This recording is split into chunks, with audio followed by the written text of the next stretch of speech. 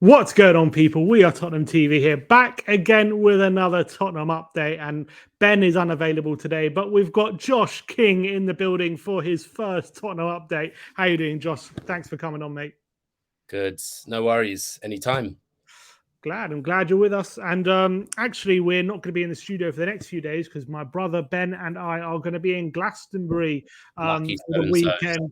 So, look, we are planning on trying to do some content from there, but depending on what state we're in, is dependent on. Let's just hope there's no Tottenham news, I guess, over the next few days. But we'll have to wait and see. But wish us luck. But look, there has been some very interesting Tottenham transfer news over the last few hours. We're going to start with the one surrounding the goalkeeper, and this is about forgive me, Guglielmo. Is that how you say the first name?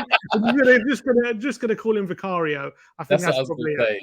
Vicario. We're going to go Vicario, and he has emerged as a top goalkeeping target. So Damasio has said that there has been a verbal agreement in principle between Empoli and Tottenham for Vicario's transfer on a €20 million deal. Empoli are waiting for a written official offer to land in the coming hours. According to Sky Sports, about an hour ago, they say Tottenham have verbally agreed an initial £17.2 million deal for the Empoli goalkeeper Vicario, and sorry, there's also Fabrizio Romano, who's saying that Spurs have agreed a €20 million bid for Vicario, but Mamadishvili and David Raya remain on Tottenham's goalkeeper target list. And I think he also said that David Raya is still the priority. So seems as though at the moment, the Raya deal does see, look, there's been a lot of rumours about the Raya deal, and it seemed as though that Spurs were posturing over this £40 million price tag. Then the news broke from Paul O'Keefe yesterday that actually Tottenham are seriously considering pulling out this deal, and there seems to be actually weight to that, because it looks like we're genuinely about to agree a €20 million deal for the Empoli goalkeeper Vicario. Now, there are some, I don't think, realistic suggestions that he could be brought in as a number two. I don't think so. For that price, I think if we're looking to spend €20 million, I think he's coming in as a number one. He's 26 years of age. Look, I haven't seen a lot of him at Empoli.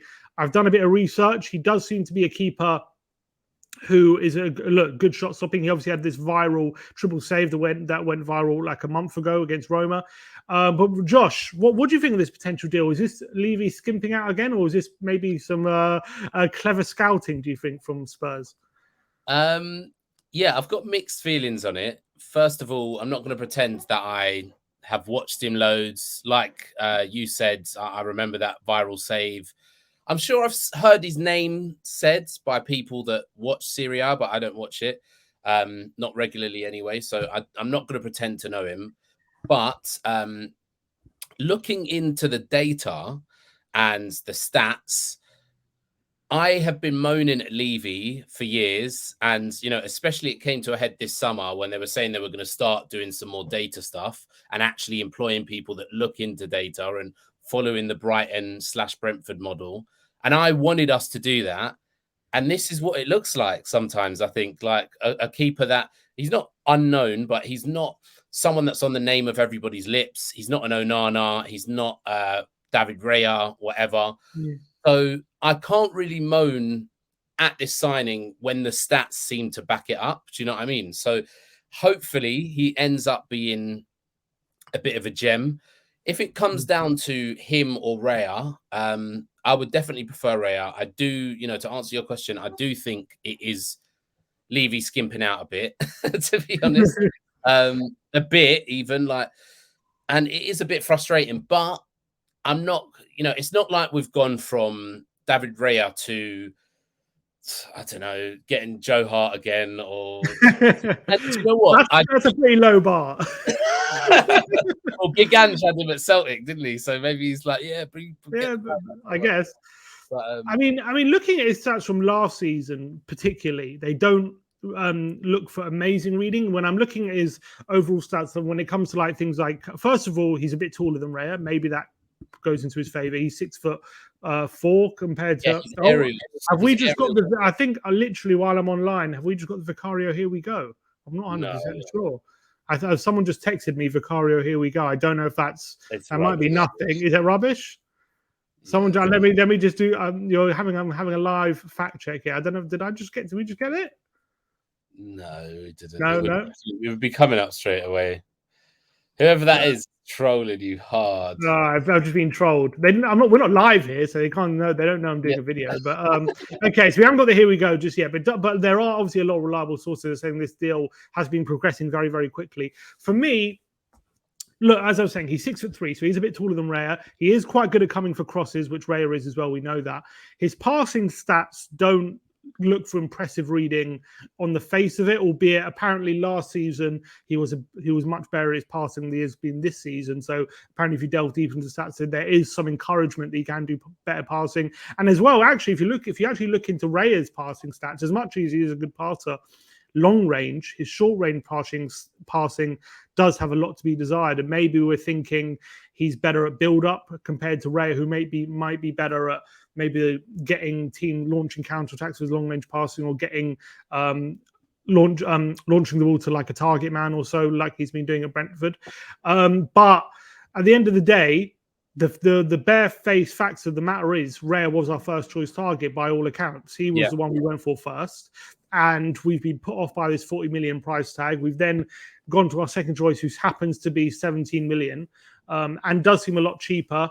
They are similar age. On Raya obviously has the Premier League experience. Will Vicario be able to translate it? Yeah, he's homegrown as well, so that counts in his favour. Will Vicario be able to translate his good abilities into the Premier League? I guess he is good at coming for crosses, which would indicate that he's a strong goalkeeper. So that's pretty good. Also, I just want to just quickly say, I don't know if we're looking at the same stats, but I do think his passing is good. In fact, in some, everyone can manipulate statistics, but some of the comparisons I've seen, his passing actually looks better than Raya's. So, short passing. Short passing. Yeah, short passing, I agree. The long passing, long range passing, no. But then obviously Postecoglou doesn't want you to bang it long, does he? So that's true. And in terms of pass length, he does seem to pass a lot shorter than Raya. He does attempt a lot of passes, I can see here.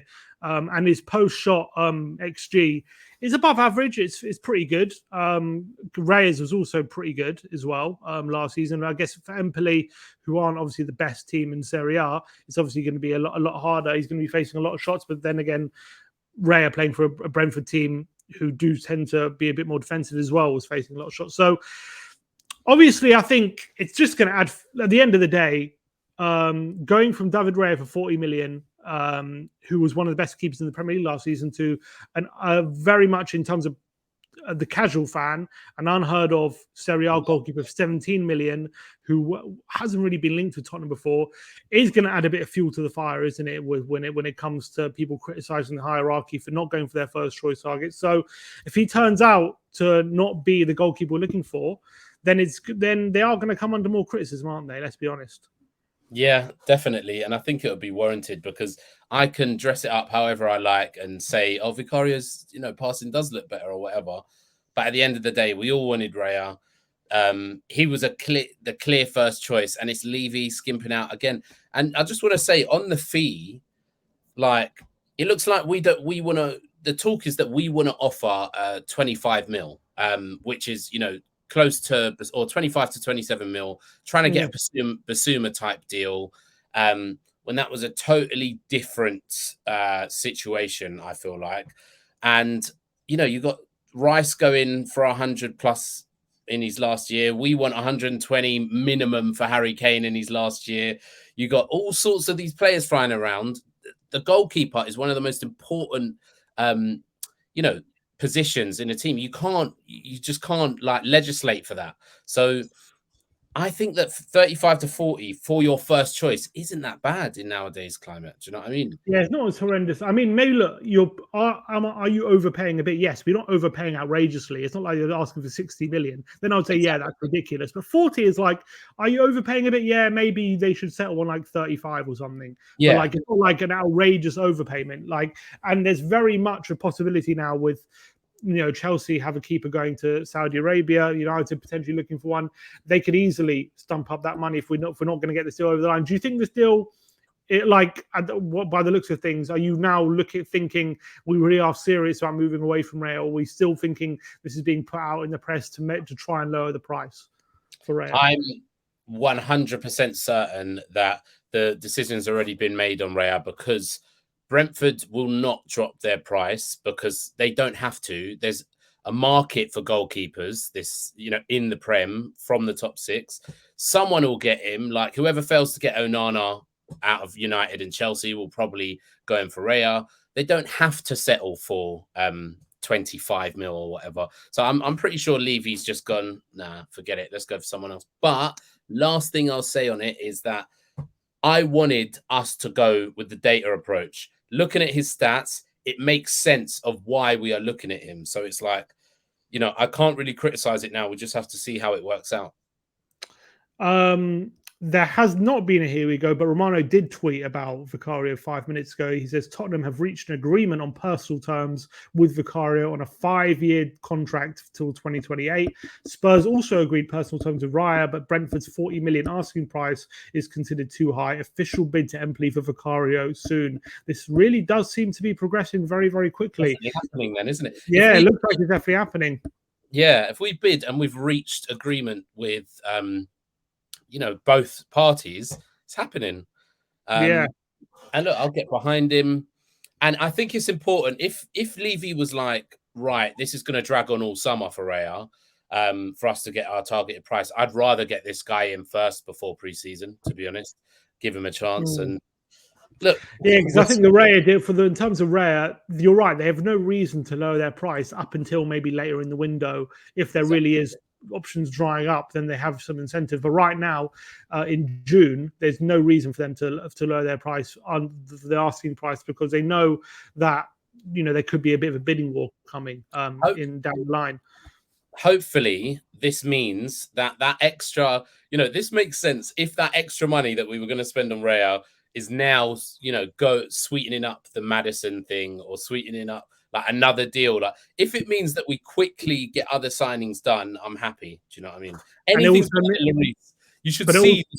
Sorry, go on. No, I was just going to say, it also means getting this Vicario also means that he's not going to be homegrown. So one of the centre backs or the attacking midfielders do have to be a homegrown player, essentially. Yeah.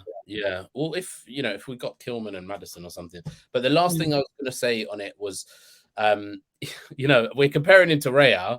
If you put this guy's stats up to Lloris, of last season, it is night and day. So it's like, whatever happens, it's gonna be an improvement. I promise you that. Do you know what I mean? All right, it's time to load up those Vicario YouTube compilations. I can't wait to see his best saves. I'm sure it's gonna be sold after one video. But look, that one seems to be moving on. We'll see over the next few days how it progresses. Moving on to the next story, we're going to talk about Xavi Simons. I'm not sure how you pronounce it, but he's a Dutch midfielder from PSV Eindhoven. Fabrizio Romano says that Tottenham are asked to be informed on the situation of Xavi Simons of PSV. Obviously, he's a player who's been talked about for a very long time. He's now 20 years of age. He was kind of a wonder kid signed from PSG a few years ago. Never really got a chance there. And gone to PSV this season and has really exploded. 19 goals and 8 assists this season as a 20-year-old. Got a goal in the Europa League as well. But he's an attacking midfielder, a silky player, bags of ability, dribbling ability. But I guess he was known as a bit of a flair player who lacked a bit of effectiveness in the final third. But now he's really seriously added that to his game. I guess the one drawback I would add to this deal is PSG have a buyback clause of 6 million euros, which, at the moment, considering his trajectory, they would be stupid not to activate that. But I mean, Xavi Simons, on the basis of how he's been playing recently, would be an absolutely brilliant signing, especially for that number 8 position. But is it one do you realistically think is going to happen? I'm 100% certain it won't, because just because I know I'm the doom merchant, but when you look at the merchant of doom, we're literally the last club mentioned on the reports. By the way, it's like Arsenal, City, United, everyone across Europe, Juventus. Don't forget us. Yeah, exactly. We want to know as well. Yeah, exactly. Right, like in the corner at a party or something. But Yeah, so basically, you know, I know it's not going to happen, but if it was to happen, just based off that, I haven't watched much PSV again this season, just like Empoli with Vicario. But I do remember hearing about him now when you're talking about him being a wonder kid, like back from when he was like 16. His name's been around for like 4 years, hasn't it? And he was meant to be the next big thing. So, but yeah, so I'd take him. Why not? We're eighth. I'll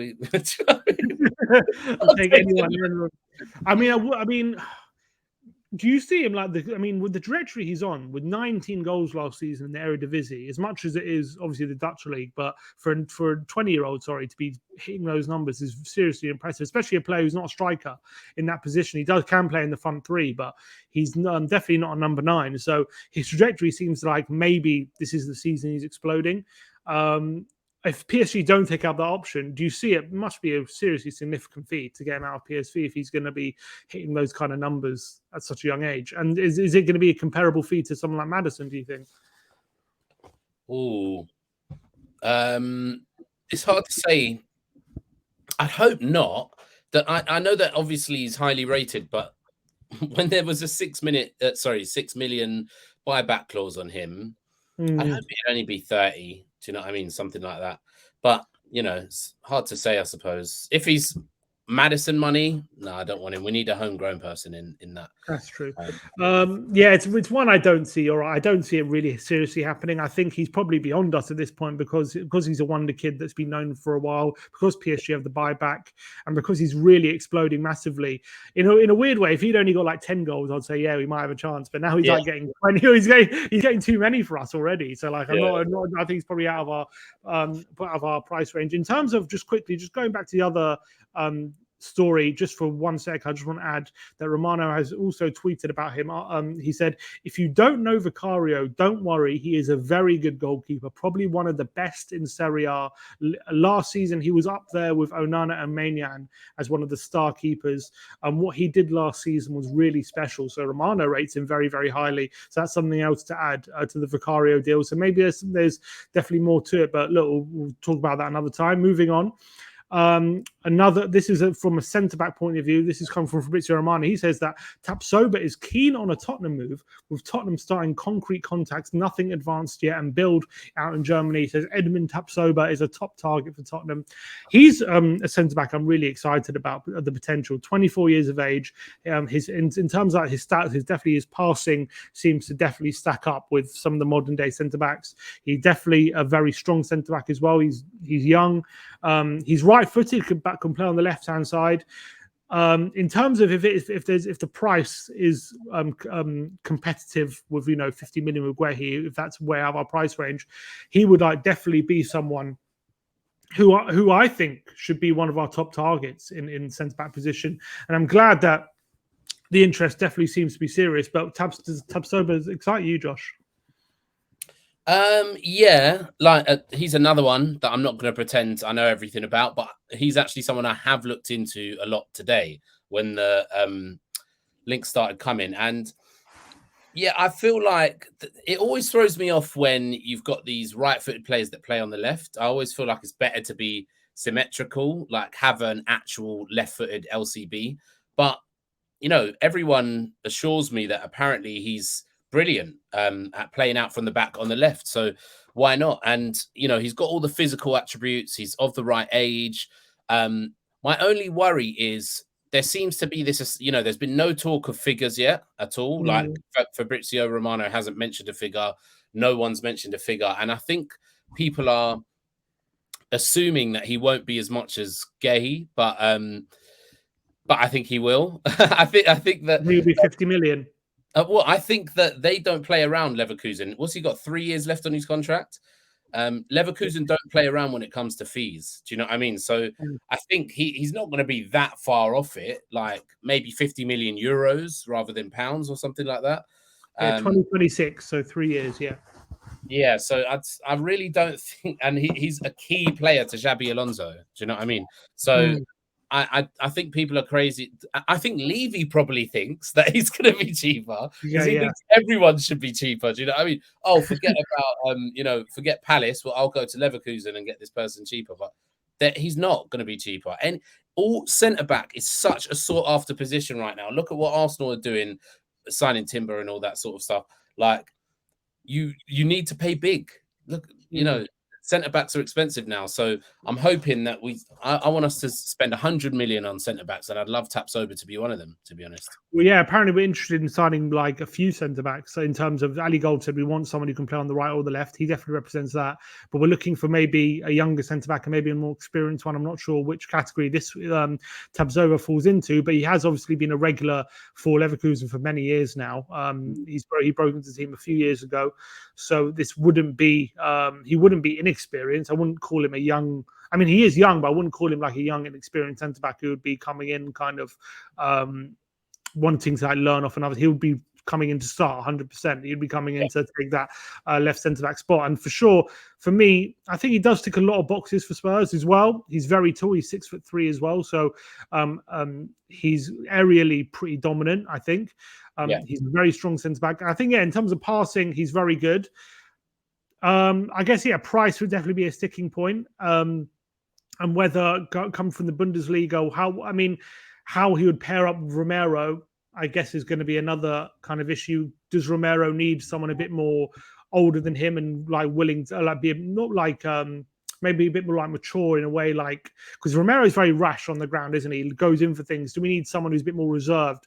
Is he that kind of reserved centre back, or is he also a very aggressive front foot kind of centre back as well? These are question marks that I guess the scouting department will have to answer. But on the face of it, he definitely ticks a lot of boxes from what we want from a centre back, and I think he'd be a very good signing, even if it's one to play on the right as well in competition for Romero. And maybe a bit of versatility, and then also sign another centre back on top of that. I think it'll represent a good deal, but obviously we'll have to wait and see how much Leverkusen are asking for.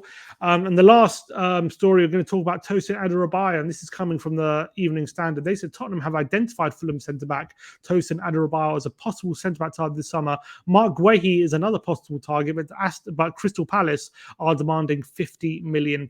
So it looks like we're going to be priced out the Guehi deal. I don't see Tottenham paying that kind of money for him. As much as I rate, he's a young centre-back, and I think he's good. I actually do think he's good. I really do. I believe he's going to be one of the top centre back. I don't think he's of that level on the ball yet to justify that kind of money. That's all I would say. But I do think there's an argument to be say he's got the physical attributes. He's really strong. Like defensively, he's really good. And maybe you can coach that in him at a young, because he's still very young, 22. So maybe he can be coached into having that on the ball ability. But in terms of buying a ready-made player who's good on the ball, he's going to have a lot of learning to do, and you're paying 50 million for him. And maybe they're thinking apparently Adarabioyo is going to be about 15 million, a lot cheaper.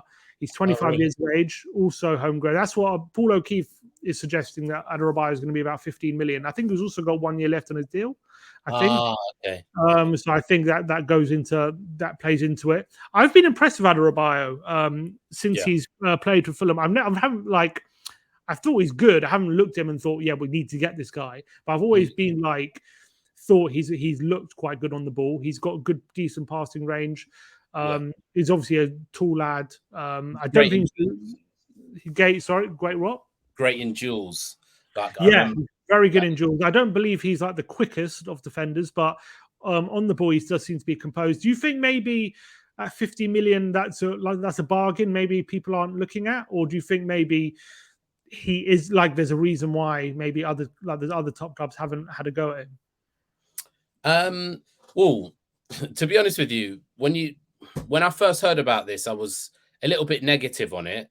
I'm very similar to you. He's the opposite to the other players we've been talking about, as in I haven't actually looked at his stats, but I've watched Fulham a lot. Do you know what I mean? So I remember how he is. So it's the opposite to the other ones.